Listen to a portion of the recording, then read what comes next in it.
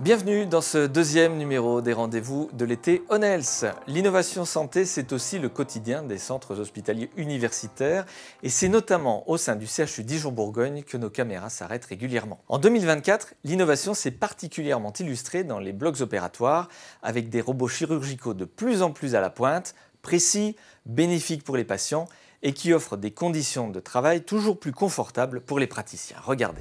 La chirurgie robotique, elle a débuté dans les années 2000 avec l'apparition pour la première fois d'un appareil qui soit un télémanipulateur et qui offre une ergonomie, une précision, une vision qu'on n'avait jamais eue auparavant, même si la celluloscopie avait permis d'avancer un peu dans la qualité de l'image. En chirurgie digestive, le robot nous permet de faire avec une plus grande qualité, une plus grande sécurité des interventions de chirurgie conventionnelle qui étaient déjà réalisées en celluloscopie.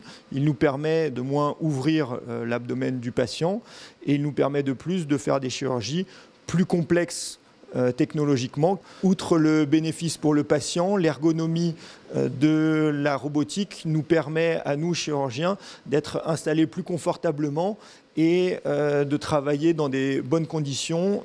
Et on espère ainsi diminuer les pathologies ostéo-articulaires qui touchent beaucoup notre spécialité. Nous disposons au CHU Dijon désormais d'un parc de 4 robots chirurgicaux, 3 XI et 1 X, ce qui place le CHU de Dijon à côté d'autres grands centres chirurgicaux type APHP à Paris et confirme sa place à la fois avant-gardiste mais également majeure au niveau national de par la dimension de son parc et de par l'investissement ainsi effectué. Les tables d'opération du CHU Dijon-Bourgogne ont récemment accueilli une opération inédite puisqu'un patient de 43 ans dont le pronostic vital était engagé à court terme s'est vu implanter un cœur totalement artificiel et l'opération fut un succès. On a voulu en savoir plus, regardez. La première implantation du cœur artificiel Aeson, développé par Carmat, qui a eu lieu au CHU de Dijon le 10 avril 2024. Il s'agissait d'un patient de la région Bourgogne qui était en insuffisance cardiaque terminale avec impossibilité thérapeutique. Il était en attente de transplantation et malheureusement il se dégradait. Donc on a décidé de mettre en place ce cœur artificiel complet de nouvelle génération qui s'appelle le cœur Aeson. L'intérêt de ce cœur, c'est qu'il est, on va dire, plus biocompatible que les anciennes générations de cœurs artificiels que l'on avait, mais aussi il va être adaptatif à l'effort, et ce qui est très intéressant pour le retour à domicile des patients et leur vie à domicile. Ce patient actuellement, après 2 mois d'hospitalisation, est rentré à domicile depuis maintenant 3 semaines, va bien. Alors, on commence à prendre des activités de marche notamment et l'objectif c'est qu'il puisse refaire un peu de vélo en attendant sa transplantation qui aura lieu dans quelques mois. L'innovation santé au CHU Dijon-Bourgogne ne se limite pas à la technologie ou à la robotique. La recherche s'attache aussi à travailler sur de nouvelles thérapies. Exemple, avec cette plateforme régionale d'expertise sur les maladies rares portée conjointement avec le CHU de Besançon. Une maladie rare, c'est une maladie qui va toucher moins d'une personne sur 2000 en France, ce qui peut paraître peu, mais il faut savoir qu'il y a plus de 7000 maladies rares différentes et que quand on les prend toutes, ça fait à peu près 3 millions de personnes en France, ce qui fait environ 1 personne sur 20 touchée par une maladie rare. C'est vraiment un domaine dans lequel il y a une vraie efflorescence d'essais, soit avec des nouvelles molécules, soit avec la thérapie génique, la thérapie cellulaire. Donc il y a énormément de projets et de projets thérapeutiques en développement. On est très impliqué dans des essais thérapeutiques dans des maladies rares et parfois même dans des maladies ultra rares, c'est-à-dire avec quelques dizaines de patients en France. Et on a développé depuis plusieurs années une vraie expertise dans la conduite d'essais thérapeutiques.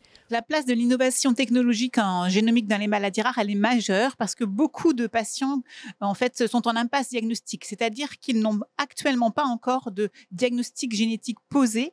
Et c'est très important d'avoir un diagnostic génétique. Ça permet d'adapter la prise en charge des patients, de donner un conseil génétique aux familles et puis d'avoir accès à des traitements et des essais thérapeutiques comme on a pu en discuter auparavant.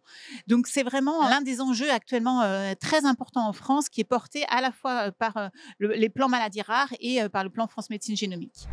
Dernière illustration de ces rendez-vous de l'été, le CHU et l'Université de Bourgogne ont créé des postes de chef de clinique de territoire pour donner à l'ensemble des patients de la région un accès privilégié à l'innovation santé. Exemple de cette synergie naissante avec le projet Biopsie Minute.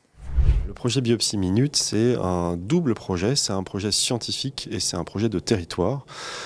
Sur le plan scientifique, l'idée de ce projet, c'est d'arriver à exploiter une nouvelle technologie qui a été développée par un laboratoire de recherche en physique à Paris, qui a été valorisé dans le cadre de la création d'une start-up, puis par le développement d'un outil commercial qui s'appelle le Celtivity. L'objectif de cette technologie, c'est d'arriver à nous donner une information sur un tissu après prélèvement, comme une biopsie tissulaire, une information en 3 dimensions avec une précision qui est très proche de ce qu'on a l'habitude d'obtenir quand on fait une analyse standard microscopique d'un tissu, avec la différence que dans la mesure où cette technologie n'exploite ni coloration ni traitement, on a une information qui potentiellement peut être rendue en quelques minutes, là où il faut la plupart du temps attendre plusieurs jours pour avoir un résultat.